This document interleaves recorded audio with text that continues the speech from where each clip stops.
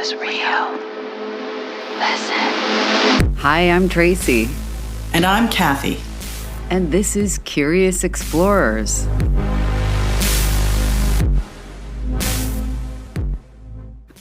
Hi, Kath. Hey, Trace. How are you doing today? I'm doing well. How are you? I'm okay, thanks. And I'm very excited, actually, to tell you about our special guest today. We don't do a ton of interviews yet on this podcast, but today we're going to interview the director of none other than the Hostage to the Devil documentary, which is awesome, right? That's exciting. So That's I want to tell you a little bit about them before they join. They're going to join in a few moments, but I'll give you and our listeners a little brief bio. So Hostage to the Devil, as you know, is the documentary about none other than Father Malachi Martin, the Jesuit priest who, I guess, he was released. He was released from certain vows Yes. in order to be able to pursue kind of his interest in, not his interest, but what he would call his vocation. I don't know. To me, I think it's still questionable as to what actually happened there. You know, I mean, there are certain Jesuits that say you don't get released from 2 vows and not 3. And there's some people who say, he may have been released from all 3. Yeah, I mean, there's a lot of mystery surrounding this gentleman. Yes. So not the gentleman who is coming on the show, but Malachi Martin himself. Hopefully they'll clear it up. He was a Jesuit of mystery, definitely. He was I think there's a lot of people who would look at him and be like, he's like the Indiana Jones of the Catholic Church and you know, and certainly went in lots of different directions. Well, definitely. I can't wait to hear what he's going to talk about. I'm just going to quickly read Marty's bio. Marty Stalker is the director of Hostage to the Devil, and he has a really interesting story. One of the writers and producers said the central question this film sets out to interrogate is one that has occupied minds for centuries, and that question is, does the devil exist? I actually think the questions in this film are more than that, because it examines the life of one man, Malachi Martin, an Irish priest, a Kerryman, who dedicated his life to battling ancient evil. And the question people had was Malachi Martin a warrior for Christ or a charismatic charlatan? And so in the documentary, there's all of these interviews. There's also some real footage from exorcisms. There's dramatic reconstructions of events, archival evidence, and Malachi Martin's own words. And the film really follows Father Martin's, one-man crusade from the 1970s through to his death in 1999 after this final exorcism. But Marty Stalker, the director, here's his bio. He is a series director and self-shooting producer and director of photography for television. He transitioned from being a section commander in the Royal Marine Commandos with operational tours in both Afghanistan and Iraq. His debut feature documentary, Hostage to the Devil, was supported by Screen Ireland and Northern Ireland Screen, and it was released on Netflix worldwide in 2017. And I believe it's just been re-released. But he said his passion lies in both factual and narrative storytelling. So Marty was born and raised in Liverpool, but he's been based in Northern Ireland since 2008. He previously directed short films, feature and TV documentaries, music videos, including several commercials for both UK and US television. So there's a lot of interesting stuff there. I read Hostage to the Devil, many years ago. So in addition to it being the name of their documentary, it's also the name of a book that Malachi Martin wrote that I think covers 5 or 10 exorcisms. And I think he was a big advocate to kind of like keep the devil in Catholicism. He felt that the church was becoming a denier. Here's Hello. Marty. Hi, Marty. Hello, Marty.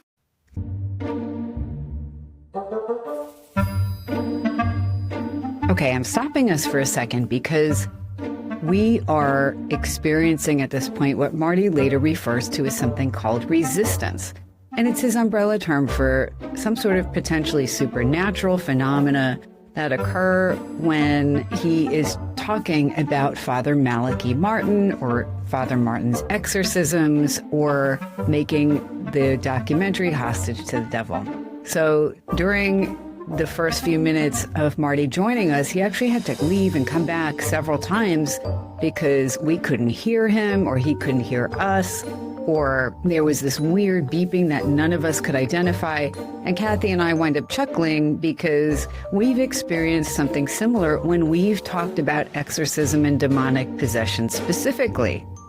We just thought that was interesting. So anyway, back to the episode.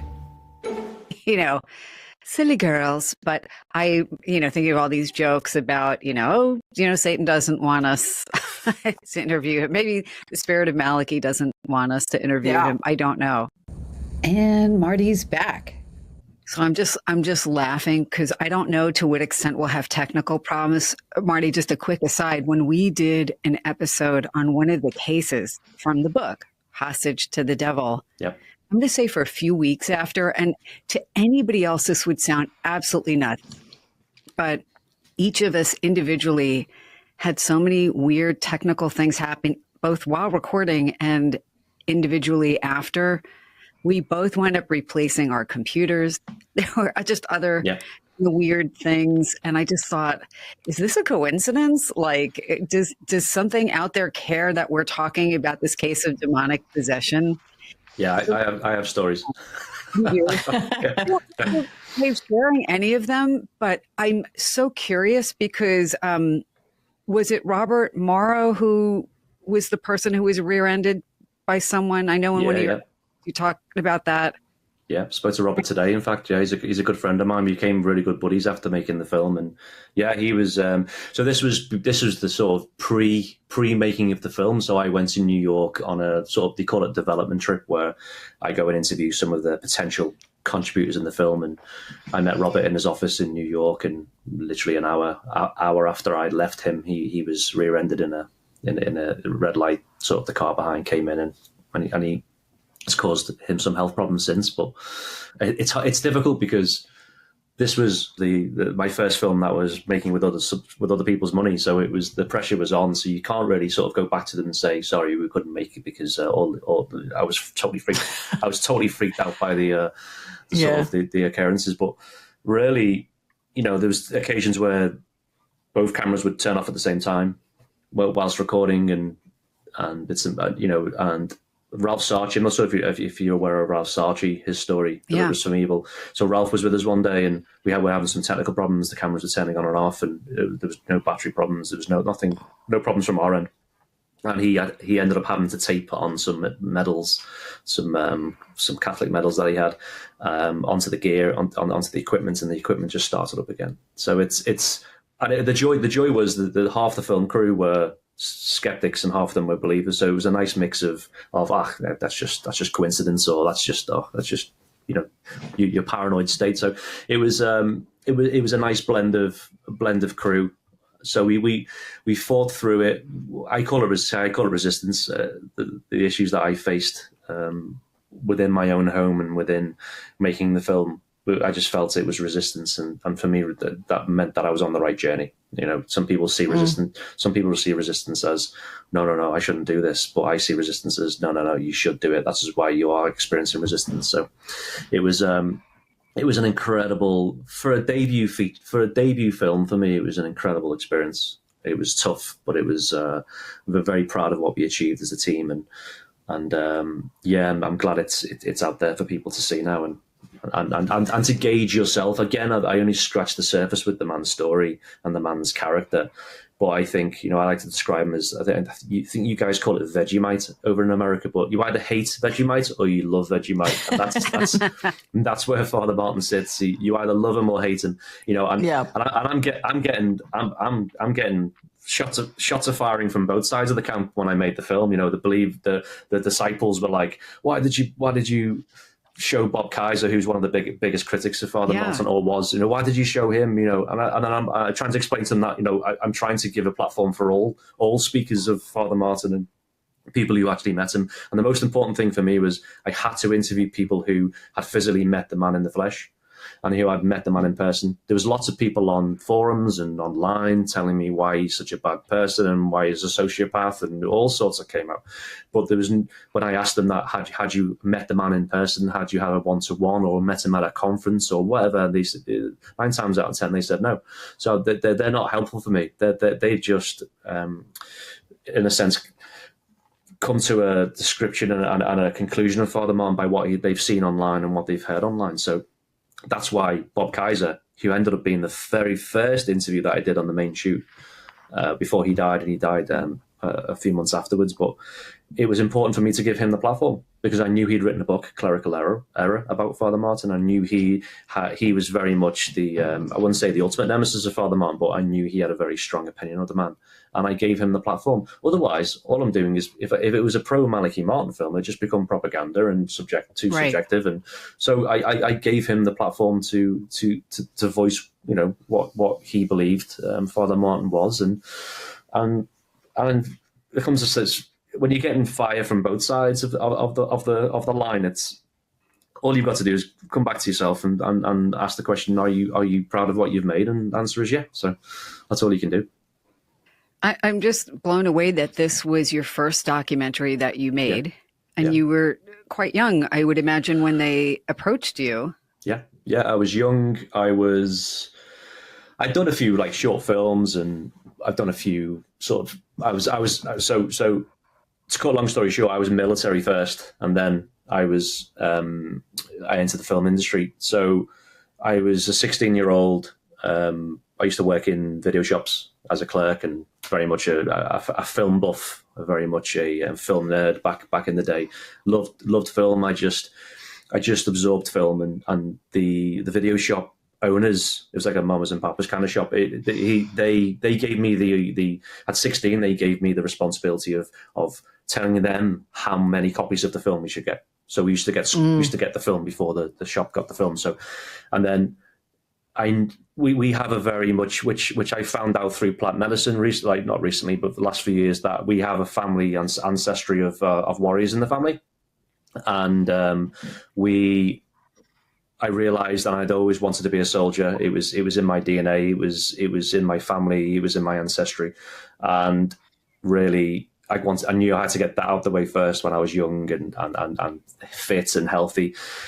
And then so 9 years then, and then after 10 years of in the military, I came out, and then I stepped into the film and television industry and became and still am a storyteller, and in any format, any genre, I'll just tell a story, whatever shape it is. So that's very much it, really. And yeah, I would say naive. I was naive.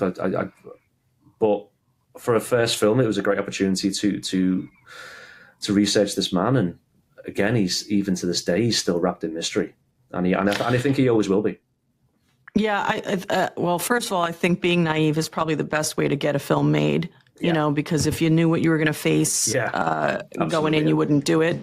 From someone from the outside, there's something about obviously there's exorcism and dealing with the devil and these, I don't want to say supernatural, but these infernal kind of things, even for very devout people, there seems to be a relationship with God, but not really a relationship with the other side, and so here you have somebody who is talking about the devil, the way we might talk about a politician or a rock star, or, as an actual being, not some kind of idea or something. How much about him did you know before you started the project? Zero. Even though he lived down the road from where I am now. I live in Northern Ireland. I didn't even know the name. I didn't know Hostage to the Devil. I didn't know any of his origin story. It was a blank canvas for me, and that's probably why it was a good project, because I knew nothing of the man. I had no sort of preconceived notions going in. So it was like I can imagine like just a rabbit hole of conspiracy theories and you know, I'm sure you're aware of. Apparently, he went to see David Berkowitz at prison. All these incredible like stories, and I spent the first 2 years trying to fact check it all, and it was just driving me. It was just driving me insane. I just could not find any evidence. Any factual evidence of any of these stories. And it took about 2-3 years for the Jesuits in Ireland to actually confirm, yes, he was a Jesuit priest. Right. Because I was trying to fact check every single part of his timeline, and I was trying to fact check everything. Then it came to the 4-year mark where I was just like, you know what, I need to stop approaching this as like a journalist and approach this more as a storyteller, filmmaker. And so I sort of, you know, and then the Jesuits came back eventually and told us, yes, he was a Jesuit priest, etc. So it was a long process, but I learned a lot as from a filmmaking point of view. I learned to stop trying to fact check everything and just go with your guts, but also speak to as many people who met him in the flesh as possible, really. And I mean, we're talking about Hostage to the Devil. It's not the only book that he wrote, no. And he was quite a strong critic of Vatican II and of the direction that the church was going in, which also kind of cloaked him in a certain kind of whistleblower, for lack of a better word, badass. And he came across that way. So it also provided a lot of defense against any kind of criticism that did come at him, because you could essentially say, well, you know, they're attacking him because of X, Y, and Z. So I think you really kind of drilled down on the core of who he was. The man had, you know, a certain level of belief in what he was doing, you know, regardless of what you might think of his character. You mentioned, so you're not originally from Ireland, correct? You were born in Liverpool, is that? Yes, Liverpool. Right. So, yeah, and then I moved over here in 2007, I believe. Yeah, 2007. Yeah. I do think that, you know, he was also from a family of faith. You know, this was much as your calling to be a soldier was part of your makeup. It seems like being a priest or being called to the church was part of his, which I think a lot of Irish people would understand. You know, that's part of the makeup of and as well as the charm and the kind of charisma that he had. It's in their DNA from birth. Yeah, absolutely. They are storytellers, natural storytellers by birth. You speak to any Irishman and woman, and they are just incredible natural storytellers. And there's just a charm, and you can hear it when he speaks, even when he's self-deprecating.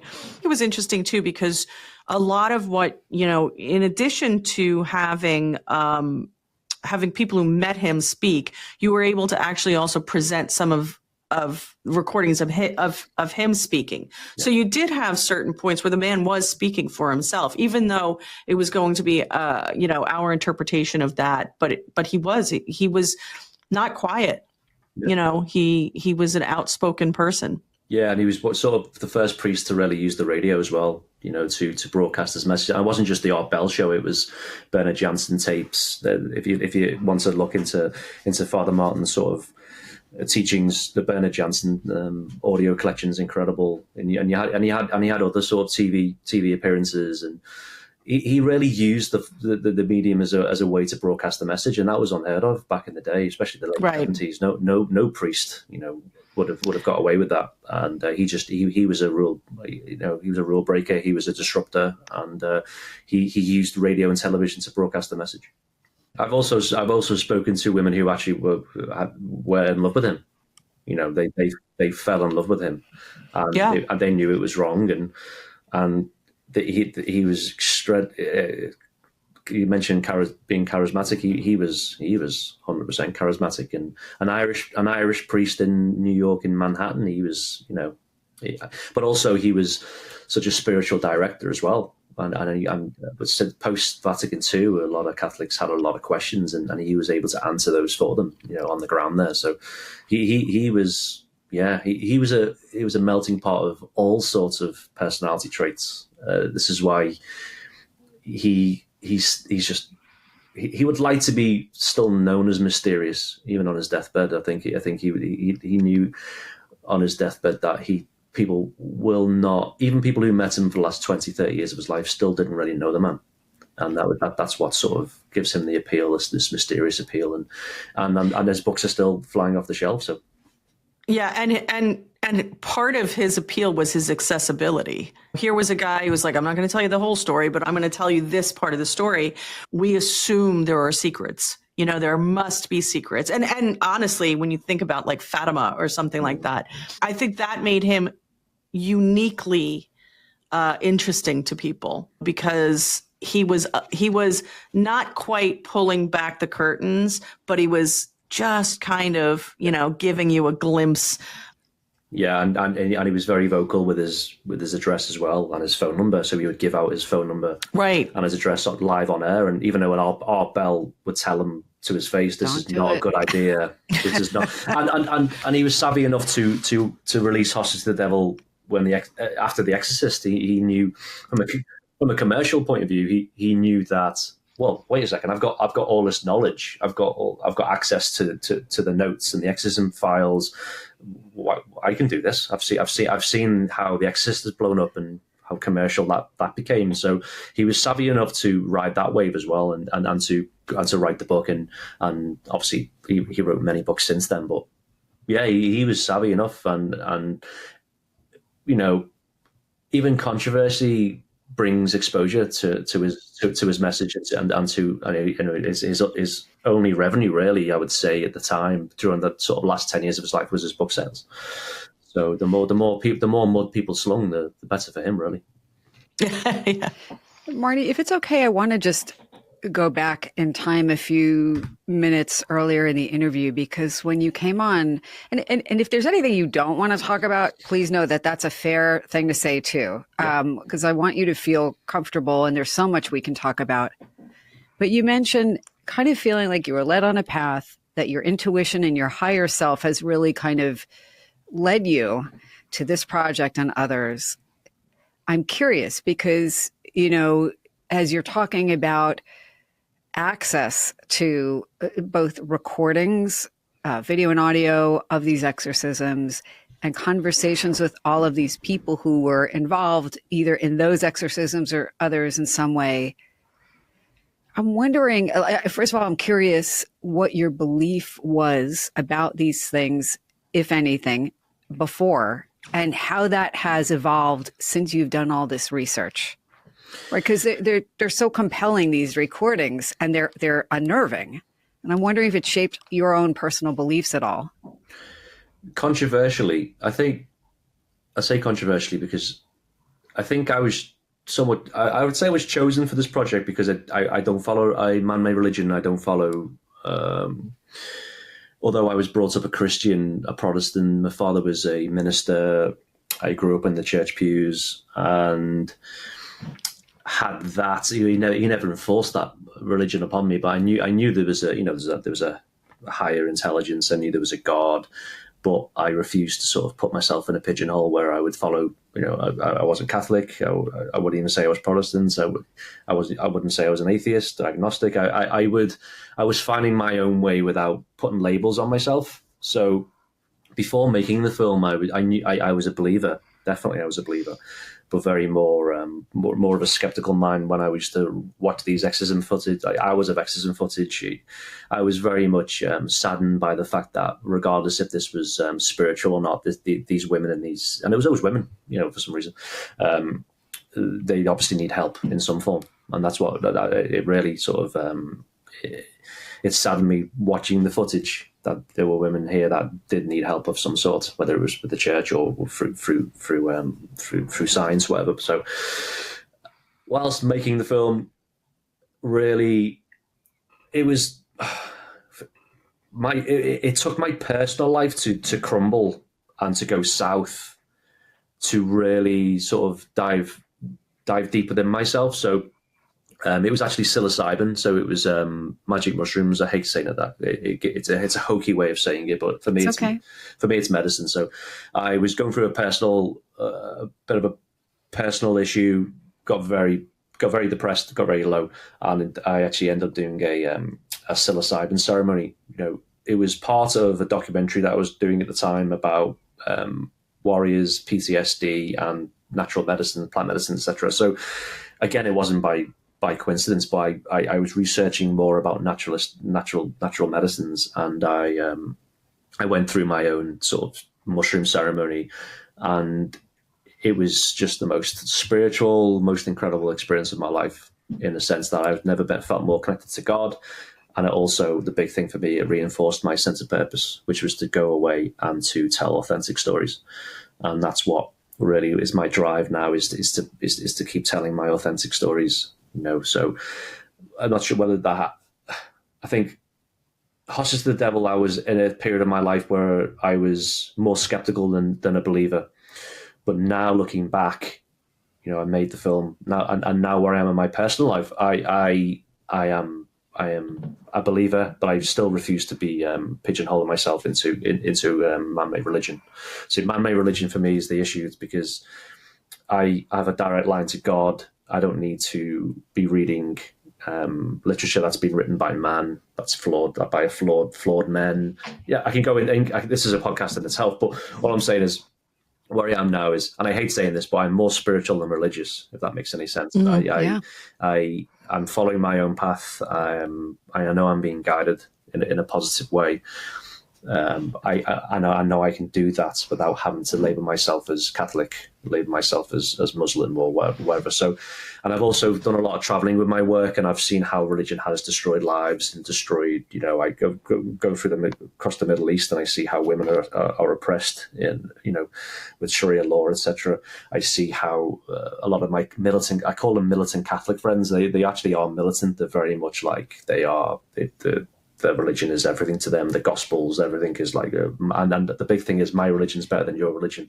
This is where I am with the whole thing, and I got so frustrated with it all that their religion, they think their religion is the best, And then I've come from a very plant-based, natural, medicinal route where we are all the same, and that's in a sense where I am with my spirituality at the moment. Is we are all one. And again, it sounds hokey I can see some eye rolls in your audience right now. But all I'm saying is, hokey to me. No, not to you. I know you girls wrong. I understand, but it's just that I felt like I was chosen to make the film because I didn't have any religious attachments, or I was going in. I was also a blank canvas myself going into the process of making the film. So which. I'll go back to what I said before. Is I'm extremely proud of what I've made. It was my debut film, and he was incredible, and I was very grateful of making a film about this man. And I'm still now on my YouTube channel. I'm still putting little vignettes together and little shorts together of his message, and I'm putting them online now, and it's really resonating. And I do think he was speaking the truth, but I also think he was an extremely flawed human being, which we all are. Absolutely, he was a flawed man, but I believe he did shoot the truth a lot of the time.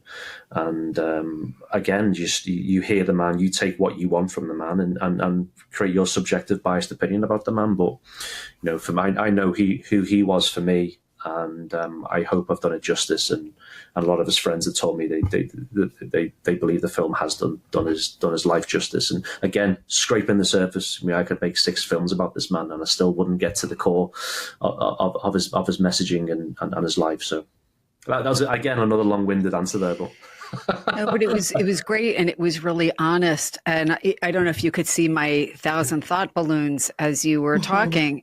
But, I'm going to speak for myself, Kathy, rather than speaking for you, but I think I know where you are in this. But for me, so much of what you said resonated because I feel very spiritual. I'm not a religious person. I don't feel that is a fit for me. I think people can be so dogmatic. I feel, a little more permission to be a bit frank, because when I was watching these interviews and listening, again, I'm a psychologist by training. So, I can't see people through just one lens or one aspect. We're so complicated. And I think people who are so charismatic and so polarizing, there are reasons for that. And I can't put myself into the camp of making somebody a saint or a person. Most people have some redeeming qualities, and I I get what you're saying, like where it wouldn't even scratch the surface. But I was so struck by a lot of the interviews that people were either worshipful of him, not just of their faith. These were obviously very Catholic, very, I don't want to say old school Catholic, but I kind of imagine they are. And that's what Malachi was, right? But worshipful of him. And then, you have Robert Blair Kaiser, who was like, he was having an affair with my wife. And, I don't know if we'll ever know what's true or what isn't. And maybe that's not even the point, right? Because who he is separate from how everybody experienced him. Yeah. And I think you captured that. Sorry, that was really long-winded. No, I agree. I think what you saw in a lot of the interviews was just how important he was able to make the people in his life feel. So, all of their kind of reactions were, this is how I felt when I was around him. And it was, him being able to make them feel utterly unique and important to him. Yeah. You know what I mean? And that to them, was part of his greatness. And to the point that you were making earlier, and to Tracy's point, a person can be both. A person can be, he could be absolutely right in what he is saying, I'm not going to say a charlatan, but be controlling me, manipulative, be all of the other things, seductive, and also be right. He can also be, completely exactly what he's presenting and be duplicitous and other things as well. Like, he was a complex person. So you don't have to believe that this man was a saint to believe that he was correct or believe that what he was asserting was correct. And I think certainly not, he's not the only person this is this way, but how complex a person he was is very apparent. That there were lots of sides to this guy. Every single person that was in that interview, even the gentleman who said, well, I wish he hadn't slept with my wife, was like, he was a fascinating guy. When I was around him, I was enthralled by him. Spellbound. Yeah, I was spellbound. And I think we all kind of have been around people who are or can be like that. Yeah. You know what I mean? And I don't think we often think of a priest as being that way. Yeah. Although in Ireland, I do have to say, I spent a lot of years going to Ireland in my childhood. I think the priest in Ireland was locally, they were always kind of iconic or very interesting. Yeah. Less so in the United States, but definitely and I would say that if you were an old school Catholic, the fact that he was doing that was really alluring. Yeah, he definitely had an aura, and there's a story that Ralph Sarchie says in the film about he was in the car with him and Father Martin turns to Ralph and says, "I'm a wretched pig in the eyes of God." Ralph's like, "Wow." It's like, if you're a wretched pig, then who am I? I'm So it's, again, it was just leaving little nuggets of information for the audience to sort of decipher themselves and to come to their subjective opinion of the man. And I was proud that we chose Father Martin rather than the big monstrous topic of exorcism. So, and it was, I got a chance to go to Rome and interview some key characters in Rome, and they all said the same thing. It's exorcism. It's extremely, extremely rare. Even though you think it happens all the time, but it really is rare. And to get a chance to go to where they train the exorcists every year in Rome was incredible. So it was an incredible journey. No regrets. Just would like to make the sequel now. You can't wait to see it. Yeah, I would love to see that. Especially because our perception and our investment in the idea of exorcism has completely changed since 2016, 2017. I from even just a pop cultural way, I think there's a lot more people leaning into the idea even if they don't fully understand it, but leaning into the idea that it's effective and that it's necessary. And the resistance to performing exorcisms, which I think Malachi Martin and I think other exorcists as well felt that the church was too resistant to doing that. And I think that came up in your documentary as well, where you talk about, listen, there are people who need help and we're not helping them, that he was providing, even by agitating, he was doing something that was necessary. Yeah, I think they were a lot more open to they used to in the film we talk about the Exorcist book and the film being released, and like the film like The Omen came after that had a detrimental effect on people trying to get help from the church, because the church saw how sensationalized the topic became, and how common it became, that you can imagine the churches were in the diocese were getting rung about, I think my neighbor's possessed, this kind of thing. So it's they rather than take on and speak to people like certain cases, they would just close the door, 100% close the door, and that was it. There was no give. There was no, oh, what about this case? It was literally like, no, absolutely not. Don't even care what they've done or what they've said or what they're experienced. Just boom, the doors were closed. And Father Martin's found this huge problem, saw the rise of Satanism and the rise of oppression cases and the odd possession case, and he had to set up his underground ministry of exorcism, and that was true. That was, from a factual point of view, that was true. And by going to Rome before, as I was making the film, they were very open of the subject of exorcism, and obviously they'd started the 10-day exorcism course for the priests there and the psychologist. They invited psychologists to attend as well. So that's a 10-day course in April every year out of Rome, and the doors are slightly open, but they are still not as open as they should be. So but I found even a lot of priests are coming forward now and using media now, and they've seen Father Martin sort of pave the way for priests to use this medium as a way to communicate, and I say I'm all for it. There's a priest in the film. He's actually an exorcist who assisted Gabriel Amorth, and he says that I love the Father Martins. I love the fact that he is bringing the subject of the devil to the table and to people's living rooms and through the TV sets and on the podcasts. I love those types of priests. What I don't love are the priests that just don't communicate it. Don't.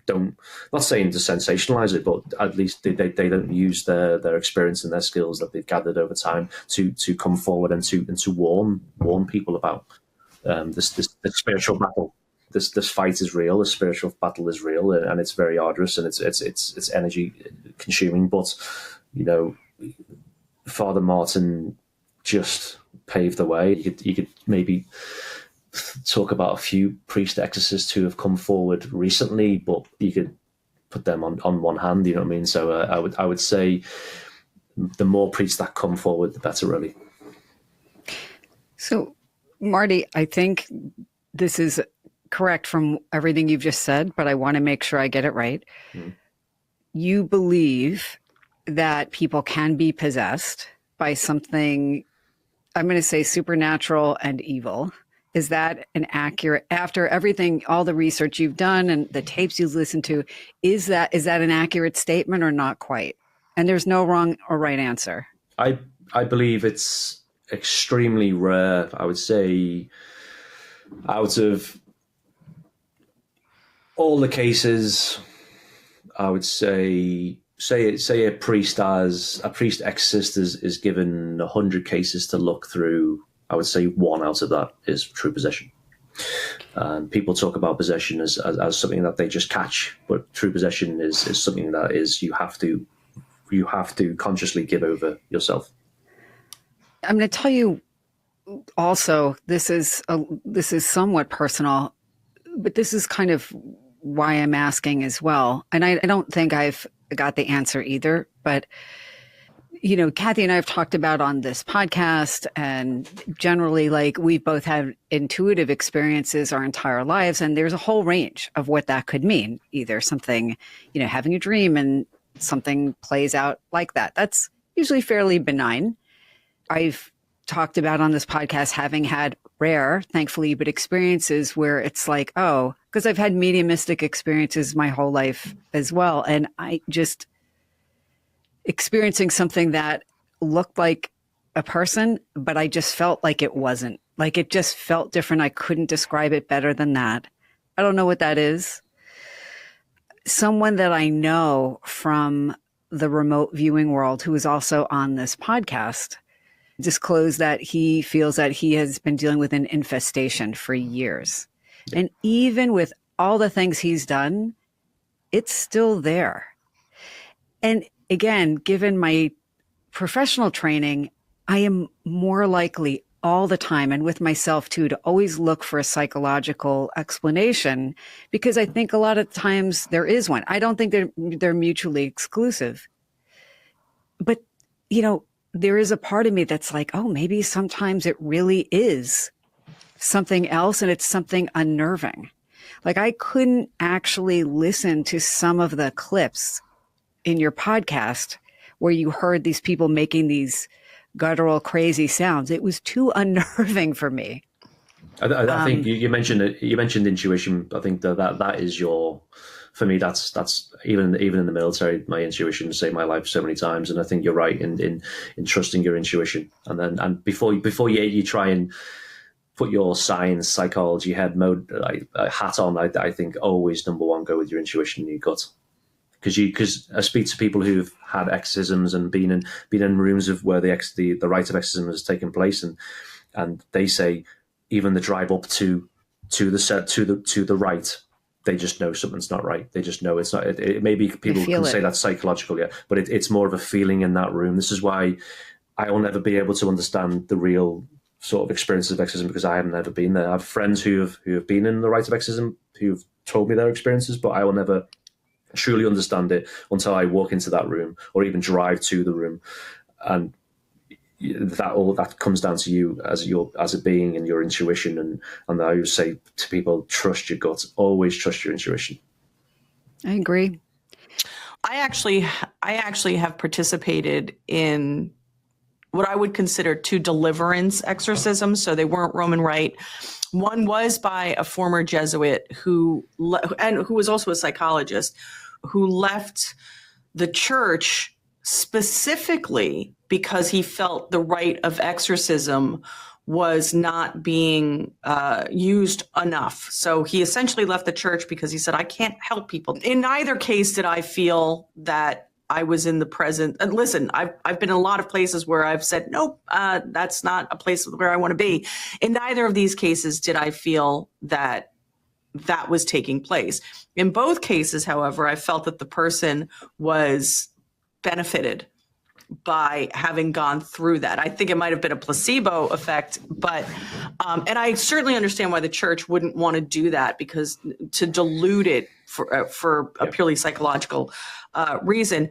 But I do agree. I mean, I think that your gut check is probably that part of us that is, more divine than purely physical.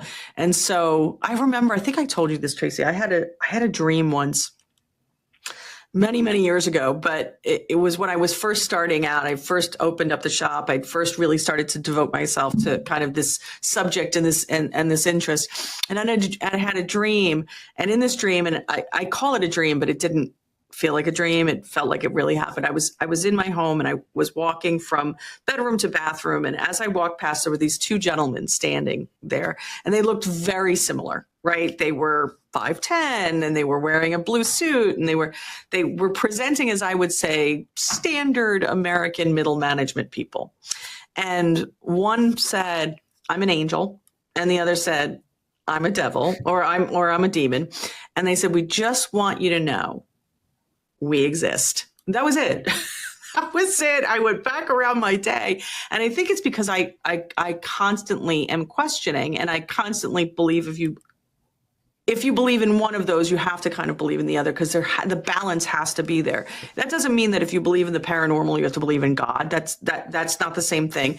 But I do think if you think, well, there is divine intervention in my life, then you have to believe in infernal.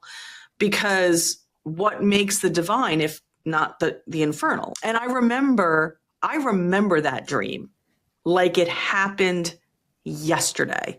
And in every part of my body, I'm calling it a dream, but in every part of my body that morning, I did not believe it was a dream. I believed it was absolutely a message. Yeah. And it was probably the most terrifying thing that had happened to me till that date. I think it's more about sort of integrating what you've just experienced and integrating what was the message, but that was in front of you there. My vision was, I was in, and don't get me wrong, I was in the shower and I had a vision of Father Martin.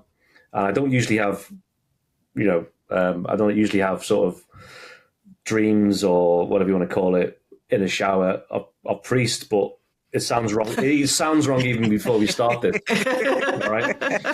But it always happens to me when I'm totally off guard. If I'm locking the house up at night, or I'm in the shower, and it was basically I was in New York. It was busy near Manhattan. The streets were busy with pedestrians, and it was so crowded, and I was getting bumped.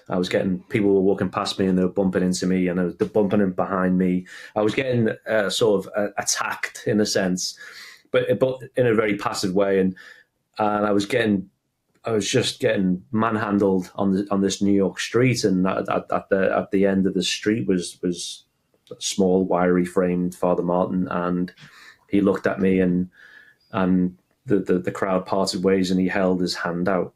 And this was after I'd finished the film, and I basically he had a big, massive smile on his face, and he held his hand out. And as soon as I touched his hand, I came back into the shower again, and it was I sort of came away thinking I'd lost my mind, but where you got the integration is the most important process of the whole thing. And I sort of sat down and I was like, right, what did I just experience there? And obviously for me, it was a message that he was proud of what I'd done, and right. proud of the story that I created about his life. And but he had a little sort of little wry smile on his face, in the sense that he didn't get everything captured. You know what I mean? You didn't have me all on screen, which is great, right. Because he deserves to be wrapped up in mystery still. That's his selling points. That's what sort of attracts people to him and his teachings and his literature. And yeah, so for me, I walked away with sort of, I was proud of it to begin with anyway, but I was even more proud of it after that sort of, whatever you want to call it, vision that I had. Visitation. Yeah, right. Possibly, yeah. All right, that's not a hard sell for us. We're like, yeah, we get it. Yeah, we are a soft landing for that. Right? Yeah. But like I said before, the integration is the most important thing, and it was a long journey for all of us. And I was getting sort of, previously I called it resistance, and I was getting attacked at home. I was getting, there was stuff going on in the house. There was, it was just trying to be a nuisance, and. That for me was the resistance that I talked about before, which was I knew I was on the right path because I was experiencing these activities in the house and on me personally and stuff. So, and I would get literally people would send me holy water. I would get holy water. The postman thought I was mad because he'd drop off tubs of holy water. I used to get all my especially my Catholic friends were so worried about me. I would get holy water sent to the house every week, and the postman thought I was nuts. But it was hilarious. But and again, it came back to how much do you really want to do this, and for me, I was all in. In anything that I do, I'm all in, and I knew I had to deliver this film on time and within budget, and that was the driving force really. And Thank you for clarifying the resistance, because when you were talking earlier, I was somewhat unclear about whether you meant from people or a psychological resistance or, some sort of supernatural. Seems too sensationalized a way to describe it. You'll find a better way to describe it. But you are saying that you felt like there was some otherworldly pushback. 100%. And that could be any form. From noises, for example, I would hear one of my daughters crying next door. She wasn't next door and she wasn't crying. She was on the other side of the house. It was sort of an infestation where it was trying to it was a nuisance, ultimately a nuisance, but it was trying to sort of take me off task and to just in a sense, just wear me down. and make you aware. Yes. I mean, part of it is just, I'm going to flex a little muscle here to see if I can intimidate you, which is funny because it had the opposite effect, right? Yeah. So, it was supposed to intimidate you and distract you. And really what it did was it just said, oh, I'm pissing off the right people then. I'm going in the right, I'm on the right scent here to accomplish what I want to accomplish. That's interesting. And once it knows it can't get at you, it'll just move on to something else, or right. Somebody else or whatever, whatever. So really it was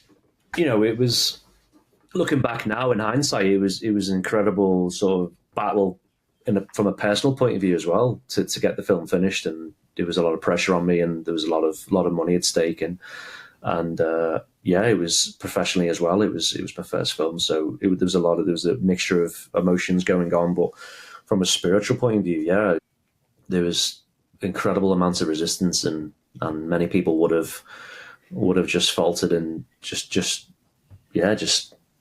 got into the fetal position and said, no, I'm done, I'm tapping out, in a sense. But I think, again, it's the way I'm designed. It's even down to, in my military career, it was extremely high percentage of dropout rates, and I'm just created in a way that I just don't give up. If you love something enough, you just keep going. So right. I was chosen, and it sounds like a big ego thing here, but I was saying I was the chosen one. I'm not saying I'm the chosen one, but I was chosen for this particular task for a reason, because I had certain constructs and certain traits to offer.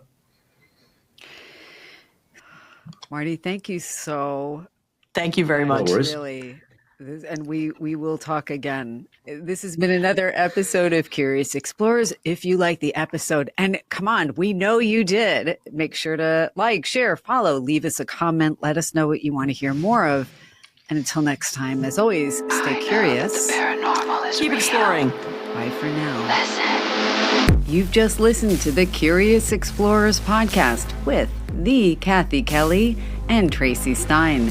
If you enjoyed the episode, remember to like, share, follow, leave us a comment, let us know what you think. And of course, until next time, stay curious.